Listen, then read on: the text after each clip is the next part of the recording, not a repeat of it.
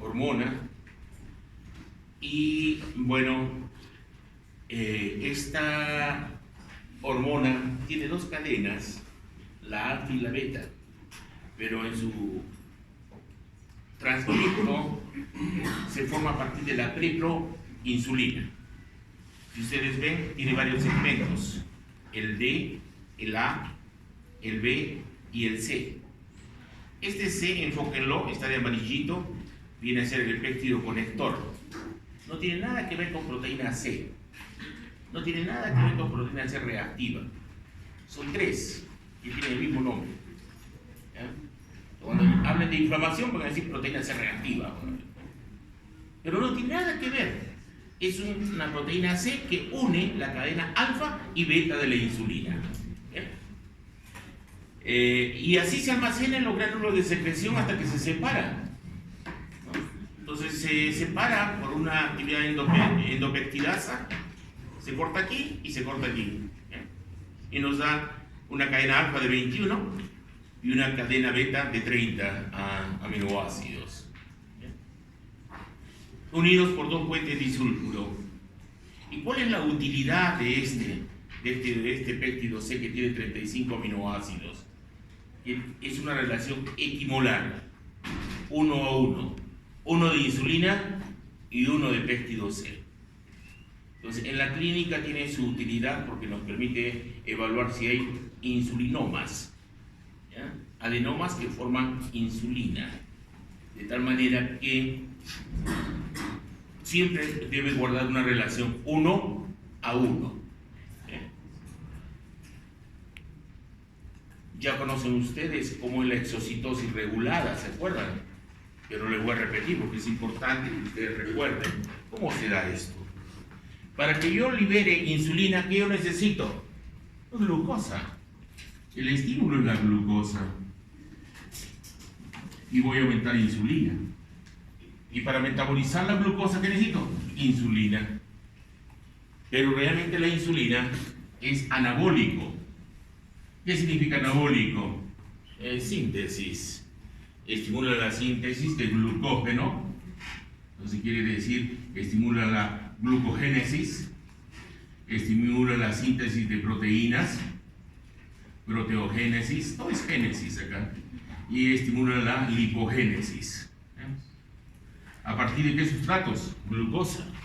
Ustedes saben que el metabolismo intermediario. ¿Se pueden formar proteínas a partir de aminoácidos, perdón, de azúcares? Sí. ¿Se acuerdan de los procesos de transaminación? Un cetoácido nos da un aminoácido, un cetoácido. Entonces ya me imagino que conocen, por gusto entraría a la parte bioquímica. ¿Bien? Entonces, esto es básicamente la acción de la insulina, anabólico. Y no tan solo maneja azúcares, sino maneja todo, proteínas y lípidos. ¿Bien? En cambio, por ejemplo, su contraparte viene a ser el glucagón. Entonces, el glucagón más bien es catabólico. Catabólico va a estimular la glucogenólisis, que es decir, la degradación del glucógeno.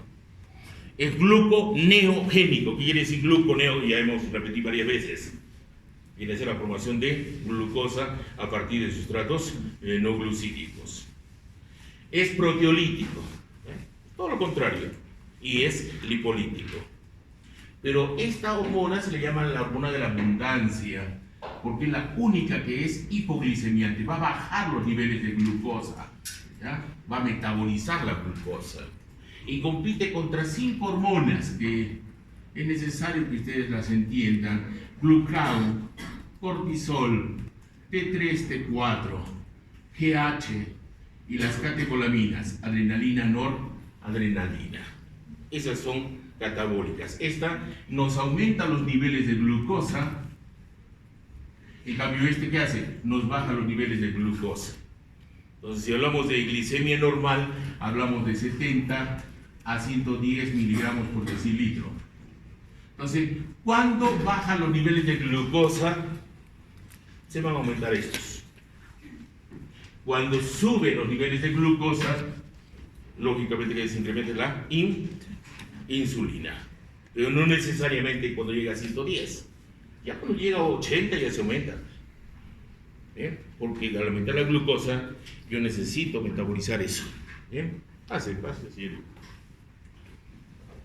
Entonces todo depende de esto. Y si ustedes ven, nuestra dieta ha cambiado o no ha cambiado.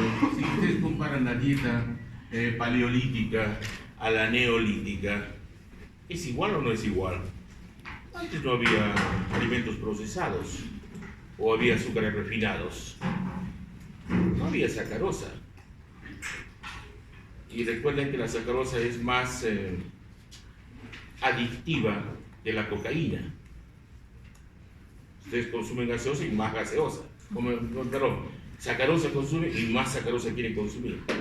¿Por qué? Porque es una fuente rápida de energía. ¿Bien? A diferencia de la beta oxidación de los ácidos grasos. Es mucho más larga, nos da más energía, pero hay un riesgo. ¿Cuál es? Formar los cuerpos cetónicos. ¿Cuáles son los cuerpos cetónicos? Primero es el acetoacetato, después se forma el hidroxibutirato, y en ese orden, no pueden decir cetona. Lo primero es acetato. La bioquímica para ustedes es sumamente importante, así como la fisiología. ¿Han visto que la fisiología recapitula todo? Todo. Entonces tienen que tener su bioquímica, su histología, su embriología, su biofísica, así. ¿Para qué? Para entender la fisiología.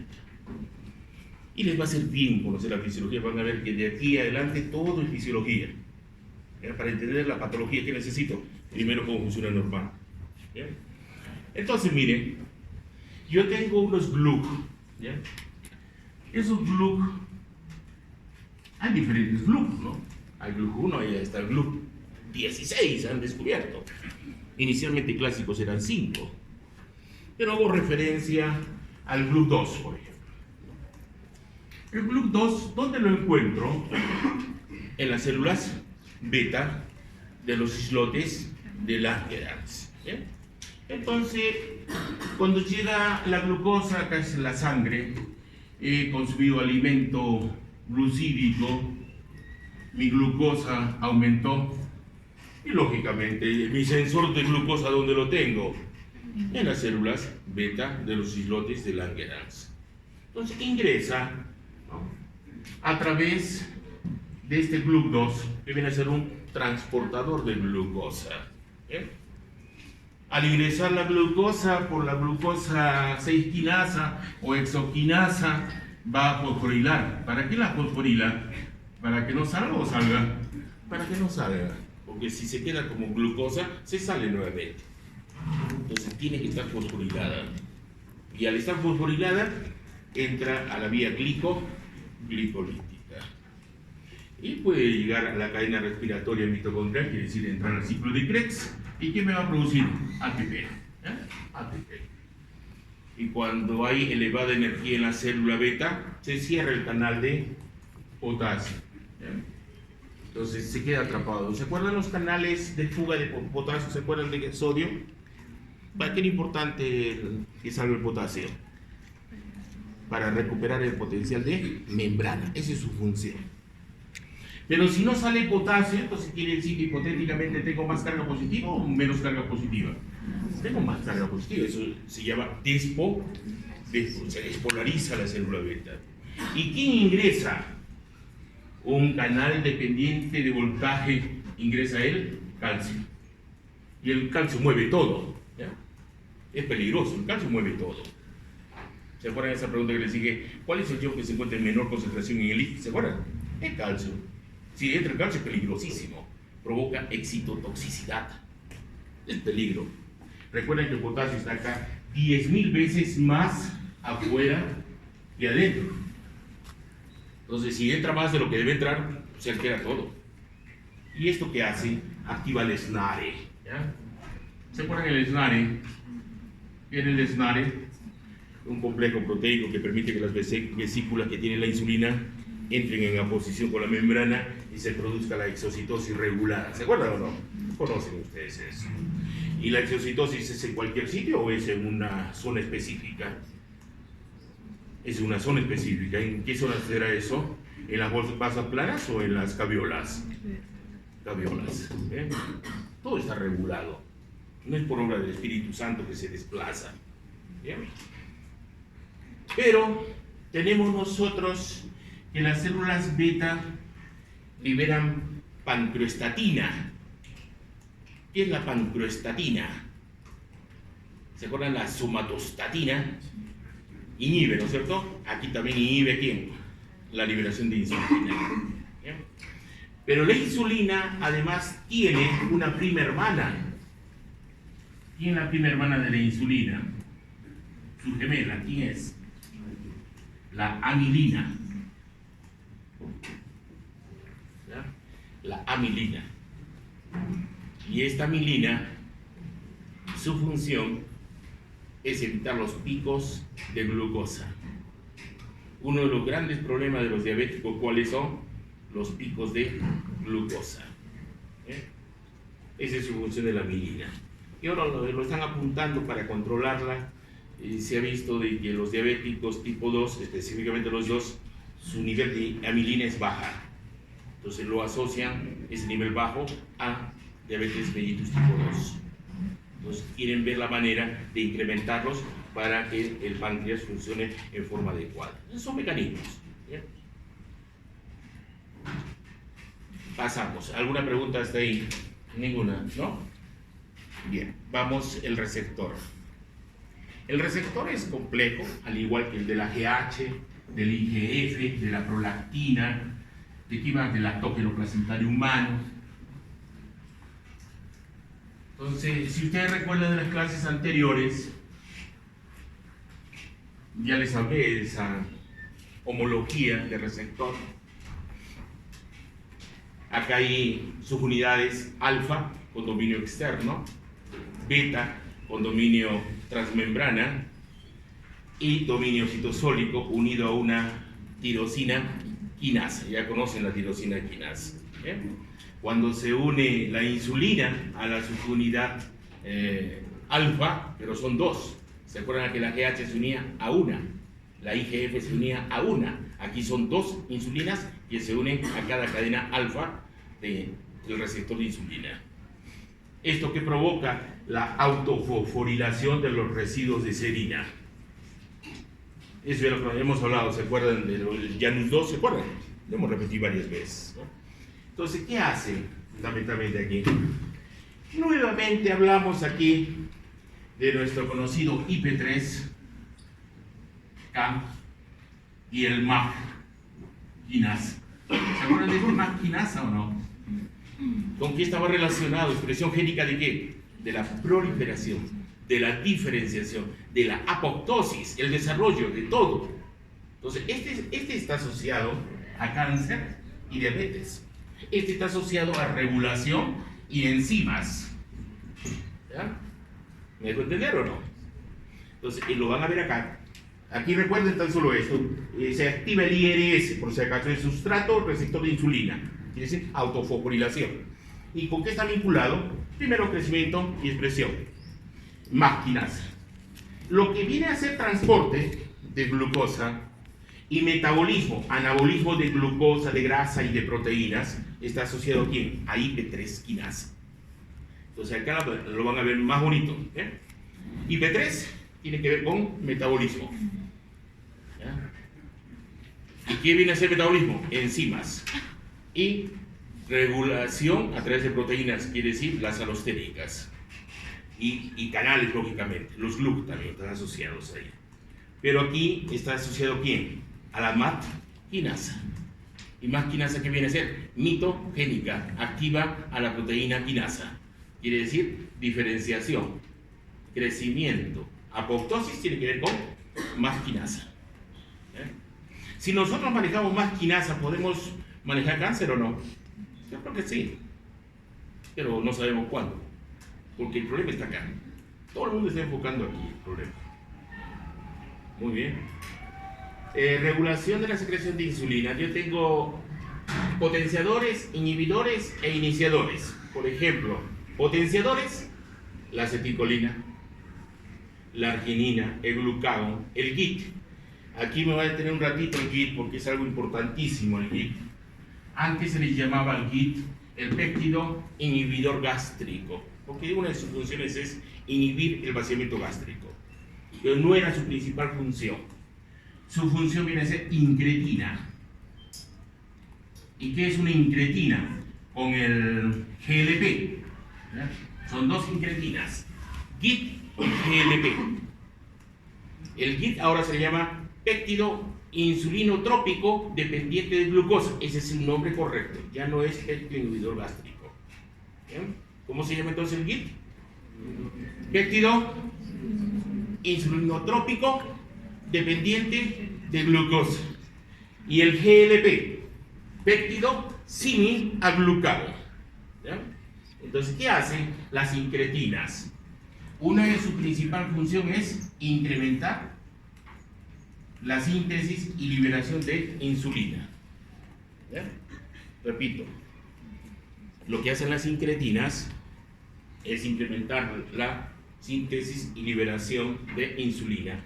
¿Y cuáles son sus potenciadores? La presencia de glucosa, la presencia de ácidos grasos libres y la presencia de aminoácidos. ¿Eh? Y otro potenciador viene a ser el BIT, que es el BIT, el péptido intestinal vasoáctico. Eso es gastro. Cuando vean gastro van a verlo eso. ¿Quiénes son los iniciadores? La leucina, la acetoisocaproato, la glicerdehído, la glucosa. ¿Ya? Pero tengo unos que simulan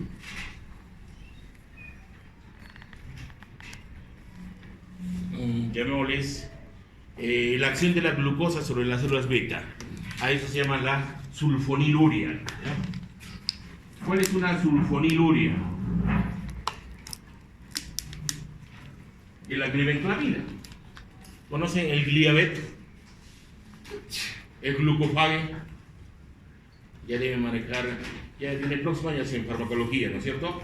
Entonces, para manejar la farmacología tiene que ser fisiología obligatoria, tiene que manejar la fisiología. Entonces, ¿yo cómo puedo potenciar la acción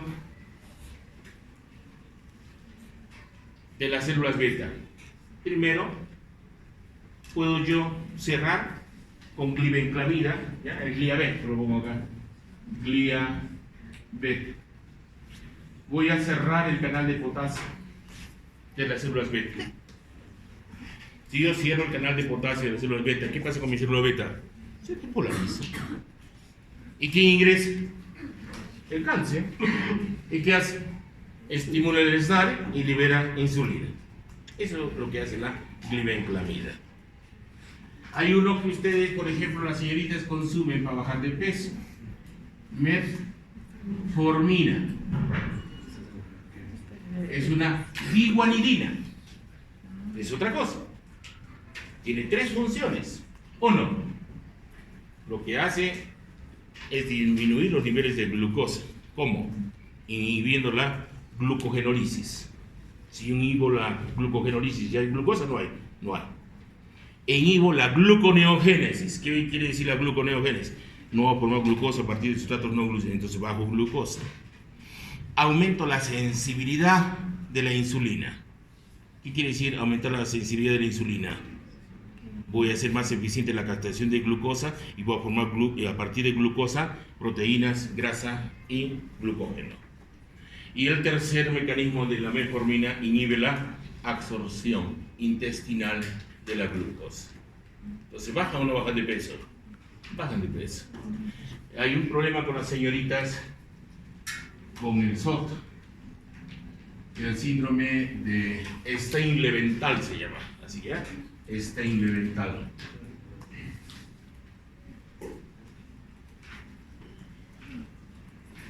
Entonces, toda señorita tiene quistes ovarios, todas, no hay una, porque en el reclutamiento folicular de su ciclo sexual reclutan de 10 a 15 folículos y tan solo uno es el maduro, uno es el activo.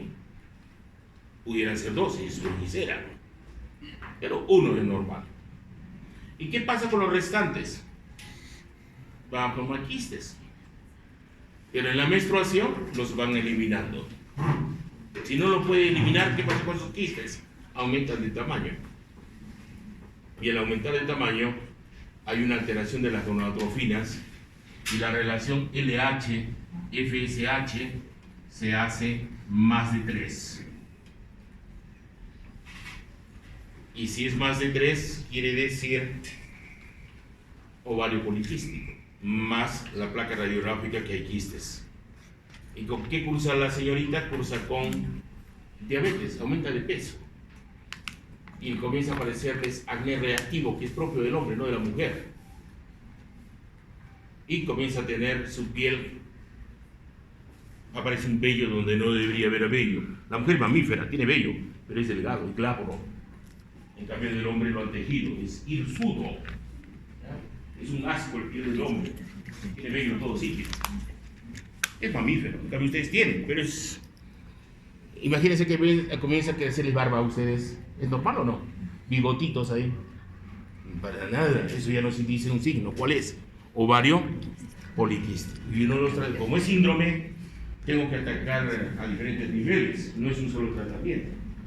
Tengo que tratar la androgenemia. ¿Cómo lo trato? Un antiandrógeno, la espironolactona. Tiene desarreglo hormonal, le doy anticonceptivos orales. Tiene diabetes, hace su diabetes. ¿Y qué le doy? Metformina. Entonces, ese es el síndrome. ¿Cuál es la diferencia entre síndrome y enfermedad? Que el síndrome es multifactorial, todo se desarregla. En cambio, la enfermedad es la causa específica. Esa es la enfermedad. Muy bien. Ciérrate aquella cortina, por favor. A ver, señor, tú que estás viendo, a ver, ciérrate. Porque en vez de que sea... Ciérrate esa vez. Sí. En vez de que sea ayuda audiovisual, es una venganza audiovisual. Cuando expongan ustedes fondo blanco, no esquema, perdón, sí esquema, no letras. ¿Ya? Porque si van a leer por gusto, no sirve para nada leer. Vengan a explicar. ¿Eh? Tablas, gráficos, figuras, fotos quieren. Pero nada, y nadie se voltea a mostrar el terrier, por más bonito que tenga. Miren a los ojos, no miren la pizarra, miren ustedes, expliquen. Este también está molestando, ¿no? A ver, cárgalo al señor, a la señorita, cárgala. ¿O no puedes? Si no, yo te ayudo, ¿ah? Dale. Yo te ayudo a cargar a la señorita.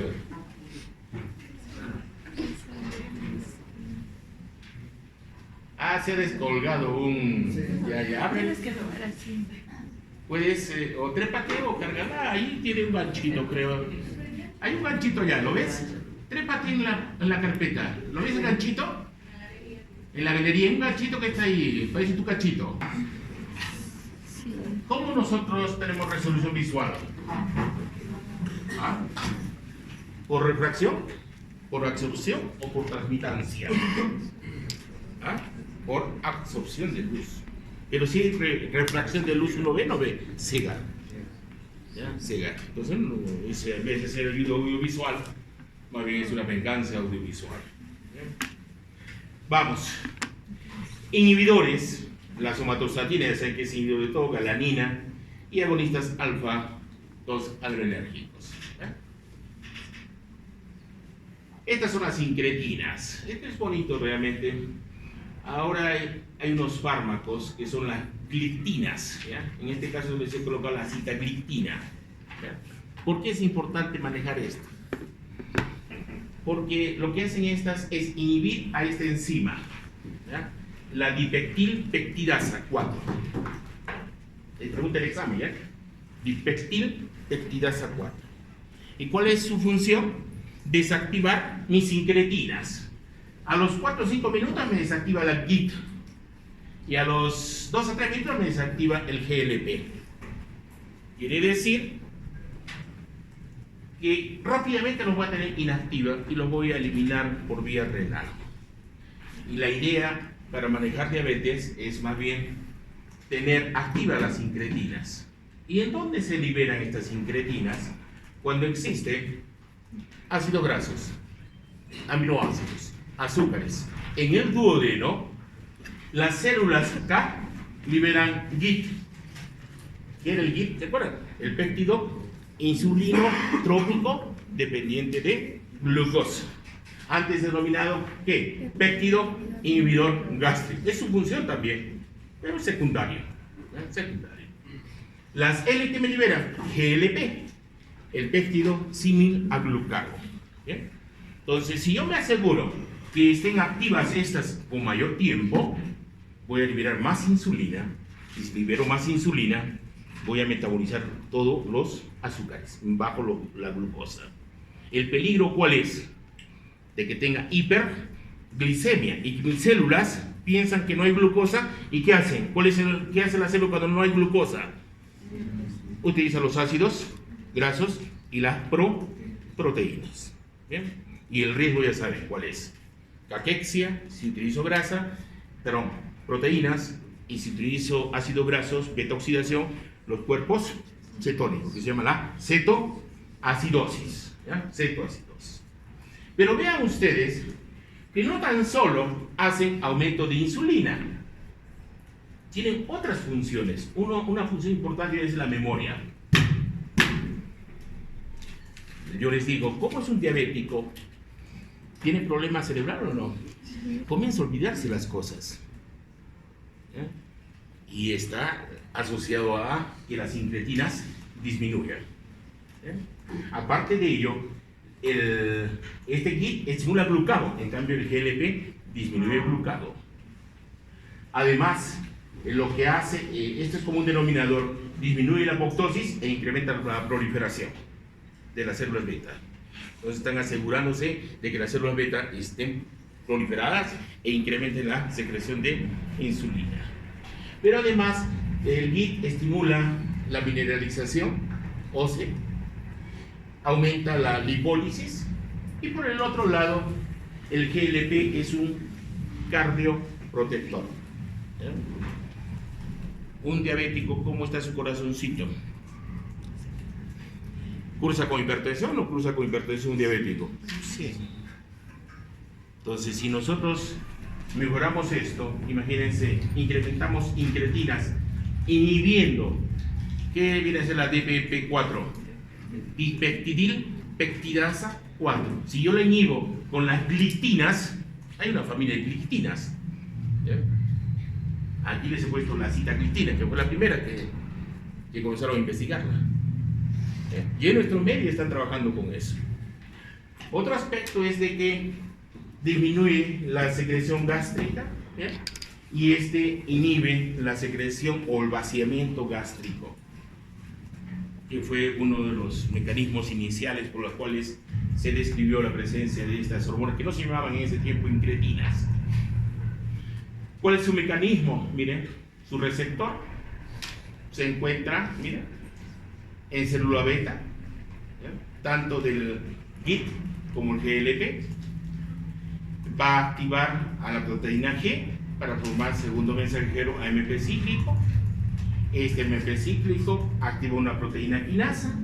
Esa proteína quinasa inhibe el canal de potasio.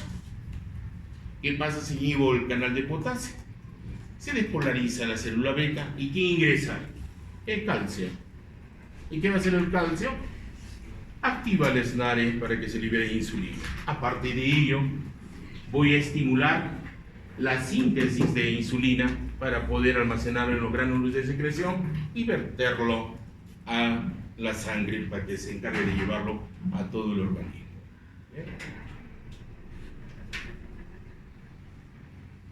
Secreción de insulina, miren los perfiles, son 3 perfiles que tengo de insulina.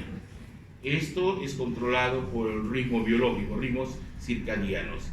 Que coincide con el desayuno, el almuerzo y la cena. ¿Qué pasa si ustedes comen a las 10 de la noche, 12 de la noche? El pulso de insulina va a ser bajo y en vez de que ustedes activen el metabolismo, van a tener un cólico. Los viejitos, la última hora que deben consumir alimento debería ser 5 o 6 de la tarde, no más. Porque si consume un viejito, come a las 8 o 9 de la noche, le va a ir mal. Se acostumbraron el estómago. Regulación del metabolismo. Esta hormona es de la abundancia. Esta hormona es la que se establece en postprandia. Entonces, post-alimentación aumenta la insulina. ¿Para qué aumenta la insulina? Para captar la insulina, la glucosa. Y esa glucosa la tengo que oxidar a través de la vía glicolítica. Recuerden que no todas las células de nuestro organismo son dependientes de insulina. Pero las del cerebro, por ejemplo, del sistema nervioso, no dependen de glucosa. Perdón, no dependen de, estoy hablando al revés, no dependen de insulina en la captación de glucosa. Pero los otros órganos sí. Los glóbulos rojos dependen. El tejido adiposo, los músculos, el hígado dependen de glucosa.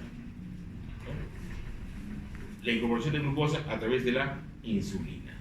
Y ya les dije que es anabólico. ¿Qué es anabólico? Síntesis, sintetiza todo. Por la otra parte, en estados de ayuno, quiere decir que mi glucosa es 70 crítico, ¿no? Entonces ahí yo tengo que liberar inmediatamente glucagón. El glucagón, ¿por qué células se liberan? Por las células alfa, ¿no? Las alfa. ¿Y qué voy a estimular? Todo el catabolismo, glucogenólisis, gluconeogénesis, formación de cuerpos cetónicos, lipólisis, proteólisis, todo se degrada.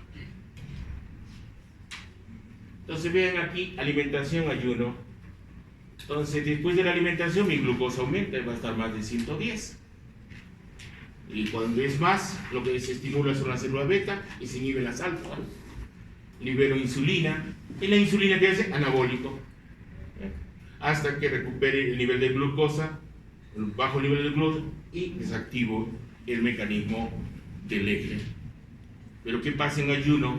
Baja menos de 70, ¿quién se va a estimular? Son las alfa, y las betas se inhiben. ¿Por qué? Porque hay emergencia. ¿Qué pasa si mi nivel de glucosa es menos de 70? Glucosa es 70 a 110 miligramos por decilitro. ¿Qué pasa si es menos de 40? A ver. Molina.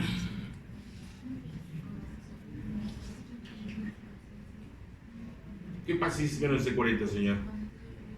Tienen un ensayo en prácticas de endocrino. Va a administrar a un ornithurus cunículo de insulina de acción rápida. ¿Qué va a pasar con ese animal? Va a convulsionar, va a tener un shock hipoglicémico. Igual ustedes, vienen sin tomar desayuno, su nivel de glucosa llega bajo a 70, recuerden que el glucógeno se agota.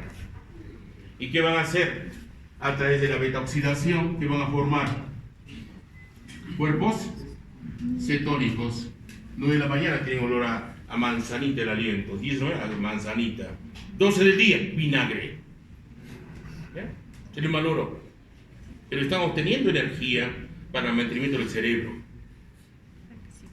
Entonces comienzan a mirarlo al docente de cólera, dicen, ¿por qué no le da un infarto? ¿Por qué no hay un terremoto? Tratan de huir, es parte del estrés. Recuerden que el hambre provoca estrés, la falta de agua también provoca estrés, la trampa provoca, todo provoca estrés. La idea es que tenga uno resistencia, afrontar, ¿no? Si tengo resistencia, quiere decir resistencia al estrés, lo supero. ¿Bien? Entonces, esto es peligro. Para un diabético, pues, es como una balanza, ¿no? Tiene riesgo de hipoglicemia y su riesgo de hiperglicemia, y el producto va a ser el mismo. Puedo tener un coma hiperosmolar o un coma hiposmolar, por hipoglicemia o por hiperglicemia. Ahí viene el problema. Y recuerden que todo diabético tipo 2 se convierte en 1. El tipo 2 es por resistencia a insulina. Tiene insulina, está normal, inclusive elevada, pero tiene resistencia. Pero al final, ¿en qué queda? En diabético 1. Necesita ¿qué? Insulina. ¿Qué es lo que sucede acá? La célula alfa se estimula cuando baja la glucosa, cuando es menos de 70. Y ya saben que esto es emergencia. El glucagón, ¿qué hace? Aumenta la glucosa como sea. Y de donde lo primero que agarra es al glucógeno. ¿Dónde está el glucógeno? Músculo, hígado. Y va a aumentar la glucosa en sangre. Pero ¿qué más hace? Produce lipólisis y proteólisis. ¿Y qué va a pasar? Gluconeogénesis. Entonces aumenta más la glucosa. ¿Para qué? Para elevar, porque es un peligro. Puede provocar la muerte la baja de glucosa. Entonces, ¿qué hace con su animalito ahí, con su Ornithulaus, su conejito? Por la otra vena le administran dextrosa al 33%, lo levantan al animalito. Bonito, es un experimento bonito. Esto también van a hacer la curva de tolerancia a glucosa. Le van a dar 100 gramos de glucosa en 200 mililitros. Entonces, ¿qué pasa? En normal es en azulito. Tengo el nivel de glucosa acá y el nivel de insulina acá. ¿Cuándo aumenta insulina? Cuando aumenta glucosa. Baja glucosa porque actúa la insulina. Está captando y está metabolizando la glucosa y baja. En cambio, en rojito tengo un diabético. ¿Qué pasa con el nivel de glucosa? Aumenta y sigue aumentando porque no hay quien frene. Y mi nivel de insulina está bajo porque no hay insulina o tiene resistencia a insulina. Si yo comparo el tipo 1 y el tipo 2, el tipo 1 es en los caucásicos. ¿Qué es un caucásico? Blanco, ojo azul. ¿Hay alguien acá blanco y ojo azul? Ninguno. El que no tiene de Inga lo tiene de Mandinga. Entonces, lo más particular es que aparece en la niñez y en la adolescencia y son delgaditos, flaquitos son. En cambio, el diabético tipo 2 tiene su luna de miel, come de todo y no le pasa nada hasta que llega a los 40, 50 años y se le manifiesta la enfermedad. Este es rápido el avance, el curso de la enfermedad, este es lento. Si vemos a nivel global 10% hay 1 y 90% hay 2. Entonces lo que predomina aquí en el Perú, ¿cuál es? 2. La 2. Y es hereditario. Y si usted, su mamá tiene diabetes, tiene ustedes un 50% de probabilidad de diabetes. Recuerden que la mamá se parece, ¿usted se parece más a la mamá o al papá? A la mamá. ¿No? Entonces hay que ver a la mamá. Uno va a sufrir, es como cuando uno se va a casar, ¿no? Revilla se va a casar, tú tienes que mirar primero a la suegra y proyectar a tu novia. Mi novia va a ser igualito que mi suegra. Y es verdad, no fallas. Es ojo clínico. ¿Ya? Si cogea a la suegra, va a coger a tu esposa. Es simple. ¿Y quién hace cetoacidosis? Es más común la cetoacidosis en quiénes? En el diabético tipo 1. Obesidad es común en el 2. En el tipo 1, por problema autoinmune, se destruyen las células beta. En cambio, el otro no hay destrucción, tiene células beta. Más bien, cuando avanza su enfermedad, el 2 se convierte en 1, porque ya no funciona su célula beta. La secreción de la insulina en el tipo 1 no hay, o es bajísimo, y en el otro es normal o incrementado. Anticuerpos presentes en el tipo 1 y en el otro no hay. El complejo de histocompatibilidad, como este es autoinmune, está asociado a DR3, DQ8. Esto es básico, que entiendan. Y seguramente le voy a preguntar esto. Y el tratamiento, si no tiene insulina, tengo que darle insulina, porque ya no le puedo darle glibenclamida, sulfonilurea, sacarboce, no puedo, porque necesita insulina. En cambio, el otro comienzo a estimular con sensibilizantes o estimuladores, ¿no? Y los síntomas, ustedes saben las P's, ¿no es cierto? ¿Cuántas P's hay? ¿Ah? Ya avanzaron. Eran 3 P's en mi tiempo.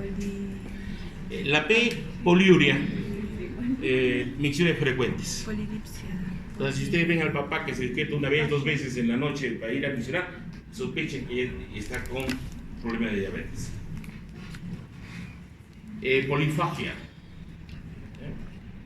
no registra, consume azúcares, pero no registra, a través de la insulina, no registra que está en saciedad. También tiene hambre, porque no registra. Normalmente debe registrar aumento de insulina. A corto plazo se bloquea el hambre y da saciedad. Y tiene el anorexigénico, se estimula y se inhibe el orexigénico del apetito. Eso se da en el núcleo arcuato del hipotálamo. La otra P es polidixia, quiere decir mucha sed. ¿Por qué razón? Por una simple razón. ¿Cuál es? Que la glucosa actúa como un osmolito. Entonces, ¿qué es actúa como un osmolito? Si yo no utilizo, yo tengo acá, miren, mi célula, y tengo mi glucosa acá. Y entonces los niveles de glucosa han aumentado acá. ¿Por qué? Porque no puedo captar. No puedo. Entonces los niveles de glucosa aumentan. ¿Qué va a pasar? Por ósmosis. ¿El agua va donde hay mayor soluto o no? Sí. Por eso hay poliuria. Entonces, ¿voy a sufrir deshidratación o no voy a sufrir deshidratación? Es el peor problema de los diabéticos, la deshidratación. Se descompensan rápido. A un diabético hay que verle la boca, si está seca, ver si está hidratado, porque va a entrar en su coma diabético. Y verle el pulso del pie, porque puede tener un paro cardíaco. Ellos no tienen pulso. Y hay que llevarlo inmediatamente. ¿Qué es la otra vez? Ya hemos dicho poliuria, ¿qué más he dicho? Polifagia, polidixia, polineuropatía. No sensa el dolor. ¿Ya? No sensa. Por eso es que tiene el dedo diabético, el pie diabético. Entonces se corta una uñita o tiene un uñero y como no hay dolor, va a ver, ya está negro, necrosado. Entonces lo único que queda que es cortar, mutilándolo. ¿Eh? Y las parestesias. ¿Ya? Parestesias. Pero aparte de ello, miren, tiene el dolor de cabeza, visión borrosa por retinopatía diabética, la piel es seca, hay somnolencia, hay malestar del estómago, le duele el estómago, es todo un problema. Ya les he dicho que diabetes, ¿qué viene a ser? Disfunción, ¿qué? Multiorgánica. Todo se altera. ¿Será compatible con el cáncer o peor que el cáncer? Es peor que el cáncer. Si tienen en casa un diabético es terrible. Y este es bonito, de acá van a salir 4 preguntas. Solo que estén chiquito, ¿no? Pero ¿se imaginan ustedes o no? Todo es imaginación. Todo es imaginación. Ahí está la base. Cierto que no estamos haciendo fisiopatología, pero es necesario que lo asocien. Yo tengo aquí metabolismo de grasa, metabolismo de proteínas. En mi dieta aumenta la glucosa, porque recuerden que el 58% de mi dieta es azúcares, y a veces es más. Si no, vean, locro es arroz, papa, camote, maíz, le meten choclo todavía, es puro azúcar. Si sacan la cuenta es 90% azúcares. Entonces lógicamente van a aumentar su glucosa en sangre, pero no hay insulina. ¿Cuál va a ser la característica? Que voy a tener siempre, al no utilizarla, mi célula, mi glucosa va a estar elevada acá.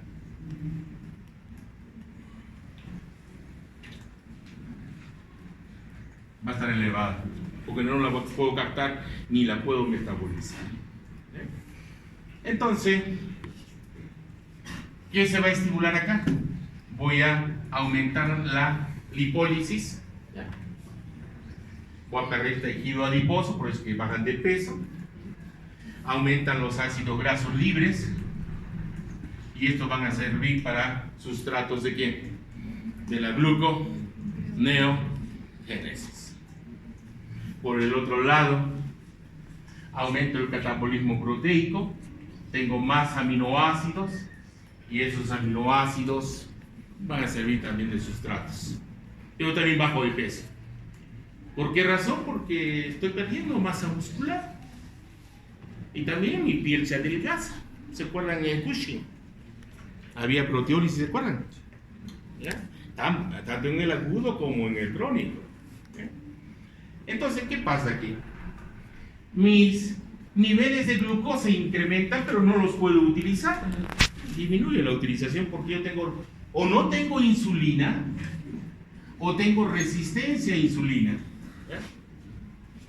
Y hay un problema acá, que para que yo pueda utilizar necesito cromo. Ojo con esto. El cromo es importante, pero tengo dos tipos de cromo, el 3 y el 5. El 5 es contaminante, el 3 es fisiológico. ¿Se acuerdan? El tripicolinato de cromo, ese es el Egol. ¿Alguien ha consumido Egol? En verano hay una propaganda que sale un señor y una señorita por la playa y dice: para bajar de peso y mantener el cuerpo hay que consumir Egol, el tripicolinato de cromo. ¿Y por qué es importante? ¿Cuál es la asociación con la insulina? Si yo tengo cromo, activo los receptores de insulina y permito que actúe la insulina y metabolizo. Para eso es el cromo. ¿Se acuerdan para qué era el selenio en la tiroides? Para activar las desyodasis. ¿Dónde debo consumir el selenio? ¿Dónde está? Todos los minerales se han barrido donde el océano. Ahí están. Entonces todos los peces, las algas tienen selenio. Bueno, entonces miren, al final, al no utilizar glucosa, al incrementar la glucogenólisis y aumentar la gluconeogénesis, ¿qué va a pasar con mi glucosa? Hiperglicemia. Pero ¿qué sucede?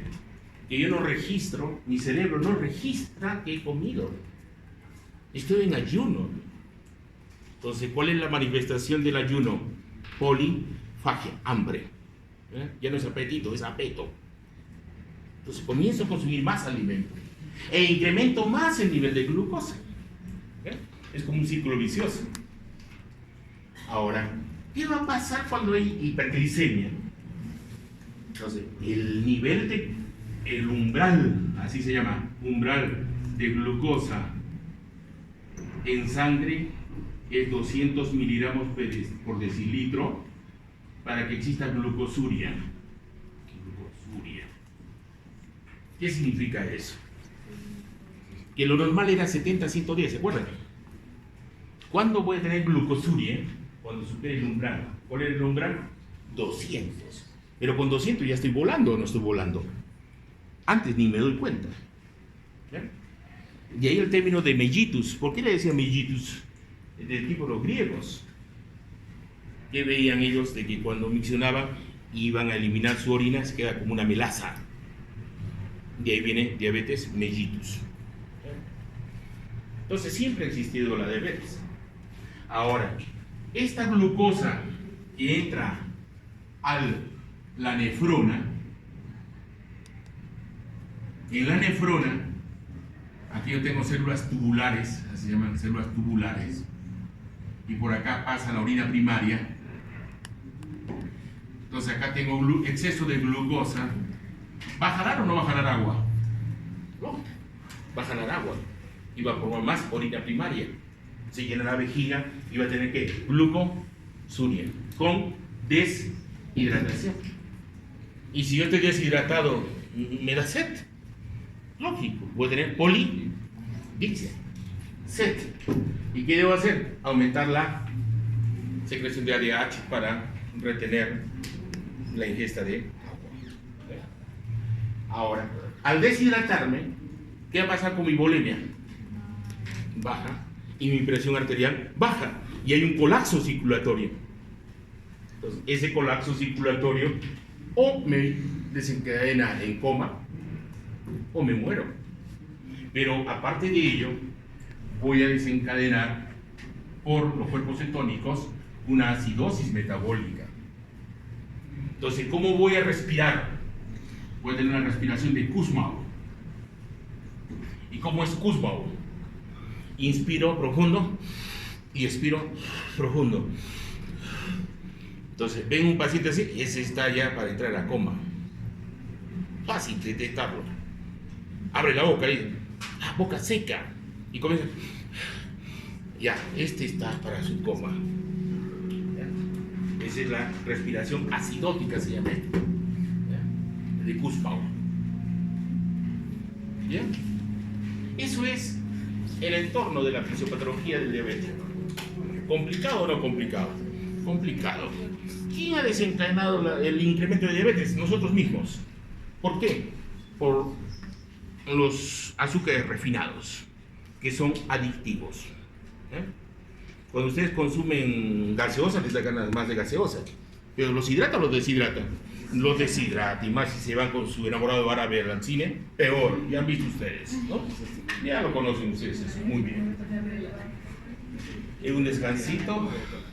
Una de su compañera, mientras vamos analizando, me dice si la glucosuria sería una ventaja para el diabético. A ver, ¿será cierto o no será cierto? La glucosuria es una ventaja para el diabético. A ver, analícenlo en frío. Primero, si bien es cierto, aumenta la glucosa, y una forma de eliminar glucosa es a través de la orina. Pero el costo, ¿cuál es? De que te está arrastrando agua. Y el agua te va a provocar deshidratación. Y deshidratarte significa tu volemia baja y tu presión arterial baja. Y rápidamente mueres. Con una hipotensión te mueres. ¿Eh? Por eso ahí dice, mira, ahí en esta imagen, acá, mira. Fallo cardíaco, coma o muerte. ¿Eh? ¿Producto de qué? De la deshidratación. Mientras más glucosa elimines, más agua eliminas.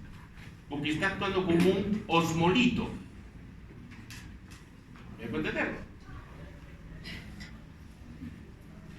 Entonces, un problema es ahora mantener la glucosa en el sistema cardiovascular también es un problema. Porque recuerden que la glucosa es un cristal o no. ¿Y un cristal daña o no daña endotelio? Daña endotelio. Y lo que va a estimular la glucosa es la calcificación de las células endoteliales y la acumulación de colesterol en arterias. Eso se llama aterosclerosis. Forma y estimula las placas ateromatosas o ateroscleróticas. Va comenzando a endurecerse la pared de las arterias. Es por eso que es bueno ver el pulso medio del diabético. Si ya no tiene pulso, ese se va a morir con un paro cardíaco. Simple. Si tiene papá o suero, miren el pulso medio. No tiene, ese va a tener un problema cardíaco. Así de simple. ¿Por qué? Porque la glucosa, ¿qué provoca? Calcificación de las arterias, ¿ya?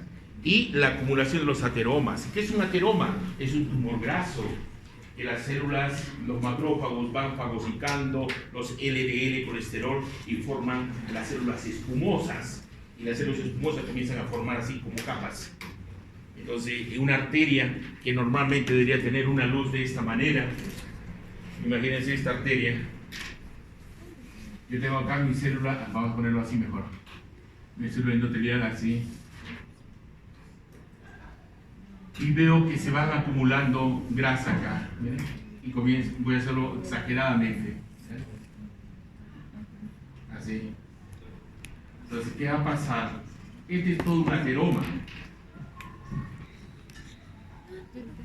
Entonces vean el diámetro, la luz de este y la luz de este. ¿Qué pasa en A, en B? En B, ¿qué pasa? ¿La perfusión aumenta o disminuye? El radio ahí va a ser menor. Y si aumenta disminuye el radio, aumenta la resistencia. Y es un problema. Entonces ahí recién cuando ven esto, menor perfusión, lo que van a tener es angina. Por eso es que el infarto avisa, siempre avisa. ¿Qué significa angina? ¿Menor o mayor perfusión? Menor perfusión. Se llama el angor pectoris, dolor en el pecho. Pero primero, antes de ese evento, primero comenzó a adormecerse cualquiera de las manos, puede ser derecho o izquierdo. Antes decía que el izquierdo porque el corazón estaba ahí, mentira.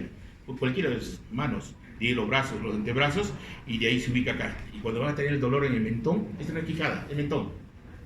Ya dice, ahí voy a tener mi infarto. Y no el pre, es o no es infarto. ¿Bien? Y ya nos avisó. Muy bien. Vamos. Si hubiera alguna otra pregunta. ¿Ninguna?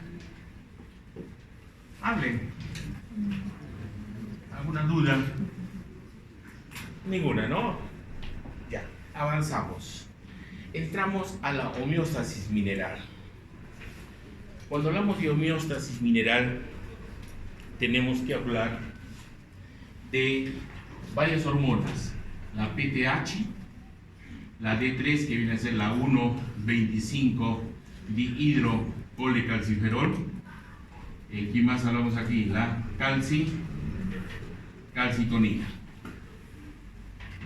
¿Bien? Entonces, todo está en manejar los niveles de calcio y fósforo. ¿Se acuerdan que les hablé de esto? ¿Qué tenemos más nosotros? ¿Calcio o fósforo? Más tenemos calcio. ¿Bien? De 8 a 10 miligramos por decilitro. ¿Y cuál es nuestro pH de acá?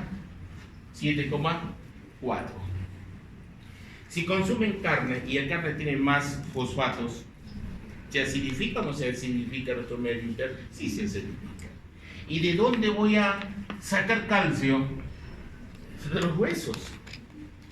Entonces, ¿será bueno que una mujer menopáusica con densidad ósea baja consuma carnes? Lógicamente que no. ¿Por qué? Porque lo que va a hacer es desmineralizar más sus huesos, debilitarlo, provocar osteopenia y osteoporosis. Y es diferente la osteopenia. ¿Qué es la osteopenia? ¿Se acuerdan? ¿Qué se degrada? La matriz ósea, las proteínas, colágeno 1. ¿Por qué enzima era? ¿Se acuerdan que tenían los osteoclastos? La catexina K. ¿Y la osteoporosis por qué se producía? Porque se bombeaban protones y cloro, formaba ácido clorhídrico y lo que hacía era desmineralizar el hueso. ¿Bien? Entonces aquí, ¿qué están viendo? Están viendo estos osteoclastos, que son células que se han juntado, los preosteoclastos, y lo que hacen es resorción ósea. ¿Bien? ¿Qué significa resorción ósea? Desmineralizar el hueso. Pero están en equilibrio ¿con quién? Con los osteoblastos. ¿Ya? Hay los dos. Y tienen que funcionar los dos. No puede haber uno que funcione normal. Pero en procesos inflamatorios, los osteoclastos incrementan su actividad. ¿Ya? Y les voy a explicar cómo. Acá tenemos que hablar de los RAN. ¿Ya? Los RAN.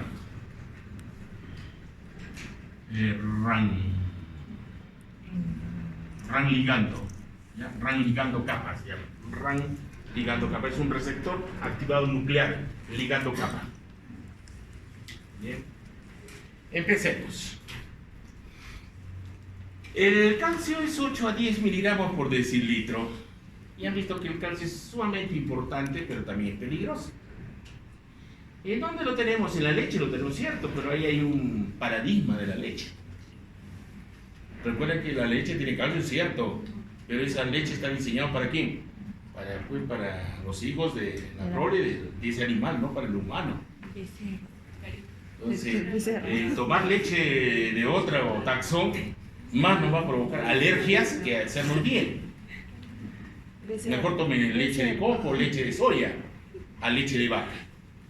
¿Ya? Pero nos venden la imagen. Gloria nos vende la imagen de toda la vida, que la leche es buena. Pero van a ver que las personas que tienen problemas autoinmunes le quitan esa leche, los quesos, yogur, y se les soluciona el problema. ¿Ya? Hay personas, por ejemplo, está de moda las fibromialgias. Ya les dije, la fibromialgia comenzó con el agua artificial, aunque esa es agua buena, ¿no es cierto? El agua aquella es artificial. ¿Ya? ¿Y qué pasa? ¿Que esa agua tiene electrolitos o no tiene electrolitos? No tiene electrolitos. ¿Por qué? Porque si le ponen electrolitos al día siguiente se malogra. Si no dejen ahí agua de caño, al día siguiente está apestada. Ya se malogró. Entonces, miren, nosotros tenemos otras alternativas. En los vegetales tenemos calcio, en las semillas, en las algas, la espirulina tiene calcio, pero fundamentalmente granos. A ver, ¿qué granos comen ustedes? Las almendras comen, el maní, qué bueno, las castañas. Consuman eso y van a cambiar su vida. Los frutos secos, por ejemplo, consumen ciruelas, pasas. Eso es buenísimo. Guindones, es buenísimo. Esa era una dieta antigua de los paleolíticos. ¿Y para qué es importante el calcio? Han visto que el calcio es importante para todo. Uno, que nos estabiliza la membrana celular. Dos, participa, ustedes se acuerdan, para activar el SNAR y se libera el neurotransmisor, ¿se acuerdan? Para que se libere la acetilcolina en la placa motora. Entonces es importantísimo el calcio. Ahora, en la función cardíaca era importante el calcio, sí. Era dependiente de la fase 2, la meseta hacía una pausa de 100 a 200 milisegundos para que se dé el evento del ciclo cardíaco, si no, no hay forma que se dé. No puede haber contracción de aurículas y ventrículos, no podría haber. Entonces tiene que haber una pausa. Es importante para la liberación de insulina, hemos visto hace un momento. Sumamente importante. De tal manera que el calcio es vida, pero es peligroso. Baja calcio, tetania. Aumenta calcio, éxito, toxicidad. Debo tenerlo bien regulado al peligroso. El peligroso es calcio. Cuando yo tengo ACV, accidente cerebrovascular, el nivel de calcio en el cerebro aumenta. ¿Y qué hace? Éxito, toxicidad. Y uno puede morir por ello. Ahora, ¿cuál es mi dieta de calcio? 1 gramo. ¿Cuánto absorbo? 30% nada más, 300 miligramos. ¿Cuánto tengo de calcio en mi cuerpo? 1 kilo. ¿Ya? 1 kilo, 1000 miligramos. O perdón, 1000 gramos. ¿Ya? 1000 gramos. Es 1 kilo. ¿Cuánto almaceno? ¿Y cuánto hago de resorción? 500. Porque si aumento la reabsorción, osteopetrosis. Aumento la resorción ósea, osteoporosis. Y no puedo tener ni petrosis ni osteoporosis. Tengo que estar regulado mis huesitos. ¿Y qué pasa con las mujeres menopáusicas? Como ya sus estrógenos bajaron, también baja una hormona que se llama la osteoprotegerina. Pregunten en exámenes, ¿eh? Siempre pregunto a la osteoprotegerina. Es bonito saber eso. ¿Qué es la osteoprotegerina? Su propio nombre lo dice. Es la que protege la mineralización de los huesos. Por eso es que la mujer menopáusica, su densidad ósea baja. ¿Producto de qué? De la baja de los estrógenos y la baja de la osteoprotegerina. Ahora, ¿cómo pierdo más calcio? Por las heces. Y por la orina pierdo 150 y por las heces pierdo 850. Si entró 1 gramo, tengo que perder 1 gramo. Pero fundamentalmente por heces y por orina. Pero recuerde que maneja eso también es el riñón, a través de la tasa de filtración glomerular de depuración. Se filtra al día 10.000. ¿Y cuánto reabsorbo? 9.850 a nivel renal. ¿Cuánto elimino por orina? 150. 150 más 850 establece el equilibrio de ingesta y egreso. Ahora, ¿cómo funciona? Antes entremos al fosfato, porque van de la mano los dos. El fosfato, la relación ya les he dicho 2:1, 2 a 4 miligramos por decilitro. Este fosfato lo tengo en peces, en granos también, lo tengo en leche, lo tengo en avena. Y participa en qué con el calcio, en formar la hidroxiapatita, tan pendientes como en huesos. ¿Cómo era la fórmula de la hidroxiapatita? ¿Se acuerdan? Calcio 10, fosfato 6 y oxidrilos 2. Eso viene a ser la hidroxiapatita. Pero no tan solo tenemos fosfato, calcio y oxidrilos, tenemos 43 elementos en el hueso humano. ¿Ya? 43. Mostrarle los 43 sería tonto, porque no les tomaría que memoricen 43 elementos. Pero hay 43. Recuerden también que el fosfato es parte de una molécula energética de todo ser vivo. ¿Cuál es esa molécula? ATP. ¿Bien? Y los puentes que se establecen en el DNA, los puentes fosfodiéster, es a través de fosfatos. ¿Ya? ¿Se acuerdan? En 5', 3', 3', 5' en antiparalelo. Ya, eso es bioquímica. ¿Ya? Ahora, ¿cuánto tengo de almacenamiento? 500. ¿Cuánto tenía en huesos? Pero en calcio, 1 kilo. Acá tengo medio kilo. La diferencia está en que la ingesta es 1400 y lo absorbo, el 90% lo absorbo. 1300 lo absorbo. La diferencia está en que en el calcio lo absorbo en el yeyuno e ilio. Y aquí este lo absorbo en el yeyuno. El hierro, ¿dónde lo absorbía? ¿Se acuerdan? En duodeno tan solo. Entonces, calcio, ¿dónde lo absorbo? En 2 porciones, yeyuno e ilio. Y el fósforo, ¿dónde lo absorbo tan solo? En yeyuno. Son diferentes los mecanismos. Ahora, ¿cuánto utilizo para mineralizar mis huesos? 200. ¿Y cuánto reabsorbo? 200. Entonces hay un equilibrio. ¿Cuánto filtro a nivel renal? 6000. ¿Cuánto reabsorbo? 4900. Este restante me da 1100. Más 300 son los 1400 que ingresó. Hay un equilibrio ahí entre la ingesta y el egreso. Veamos. ¿Quién maneja el calcio y el fósforo? La paratiroides.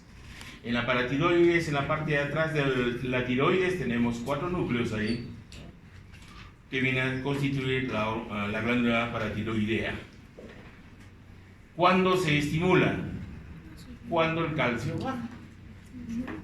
Quiere decir, si el calcio normalmente debería ser 8 a 10 miligramos por decilitro, lo que es lo mismo decir 4.5 a 5.5 miliequivalentes por litro, es lo mismo, luego tiene que hacer la conversión. Entonces, baja el nivel de calcio, peligro, porque todas mis membranas se desestabilizan y hay tetania y me muero. ¿Ya? Me muero, porque el calcio estabiliza la membrana de todas las células. Entonces, inmediatamente se estimula la paratormona. Ya tengo la PTH y va a actuar sobre 3 mecanismos rápidos. 1, estimula la resolución ósea. Quiere decir, ¿dónde almaceno mi calcio? En los huesos. Voy a sacar calcio de los huesos para aumentar el nivel de calcio en el plasma.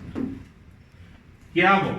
Necesito la D3, la colecalciferol, la 1,25 colecalciferol. ¿Para qué? Para poder absorber calcio. ¿En dónde? ¿En dónde? Yeyuno e ilio. Ahí absorbo. ¿Eh? Pero además manejo a nivel renal. Ese es el otro locus. A nivel renal, ¿qué voy a hacer? Aquí es diferente.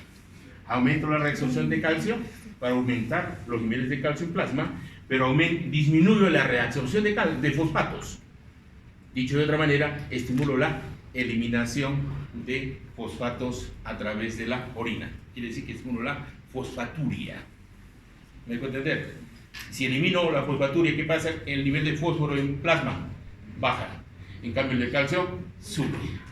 Diferente a la calcitonina y diferente a la D3. En un momento lo van a ver. ¿Qué tan rápido? Sí, pues ya es hora. Tan rápido se ha pasado. Bueno. Entonces, ¿qué hace la paratormona, señores? La paratormona tiene sensores en donde en la paratiroides. ¿Y cuándo se activa? Cuando baja el calcio. Cuando baja el calcio, se libera la paratormona. ¿Ya? Pero cuando aumenta el calcio, se inhibe la paratormona. Ese es un servomecanismo. ¿Ya? Pero el magnesio también es importante. Ahorita van a ver cómo trabaja el magnesio. Aquí nos vamos a quedar. Voy a enfocarles nada más esta imagen, ¿ya? En la piel nosotros, ¿qué tenemos? Un colesterol. Y el sol se encarga de activar una hormona que se llama la colecalciferol. ¿Eh? Y no tan solo para el calcio es importante, para todos los minerales es bueno la irradiación solar. Si ustedes tienen su hijo dentro de media hora, le ponen su chullo, lo meten como si fuera un esquimal, lo van a enfermar. Lo que tienen que hacer es exponerlo al sol. El sol es vida. Ustedes también. Domingo, en su patio, su bikini. ¿Ya? ¿Para qué? Directamente, no el sol nocivo. El sol nocivo en Arequipa es desde las 12 del día a 2 de la tarde. Ahí hay 17 lámparas. Mejor es entre las 10 y 12 del día. Se expone y van a ser saludables. Van a ser chapositos, bonitos. ¿Ya? Ahora, miren, ¿qué hace el sol? Nos da el colecalciferol, que es la D3, pero es inactiva. Tiene que pasar por el hígado y por el riñón. Por el hígado y el riñón vamos a formar el 1,25 esa es la activa. Pero también tenemos otra que viene a ser la 24,25 dihidrocolecalciferol. Pero ¿cuál es más activa? Esta. Esta tiene, pero poquísimo. ¿Ya? Ahora, ¿qué hace esta 1,25 colecalciferol? Igual, ¿ya? Va a actuar sobre los huesos, promoviendo la actividad de la paratormona, va a estimular la absorción de calcio y fósforo a nivel intestinal. ¿Dónde se absorbía el fosfato? En el yeyuno tan solo. ¿Dónde se absorbía el calcio? Yeyuno e ileón. Y a nivel renal estimula la reabsorción de los dos, de calcio y fósforo, lo que no hacía la paratormona. ¿Qué hacía la paratormona? Estimulaba la de calcio, pero la de fosfato no lo estimulaba. Lo que hacía era una fosfaturia. En este caso, aumento fosfato y aumento calcio. ¿Ya? Muy bien, nos vamos a quedar ahí.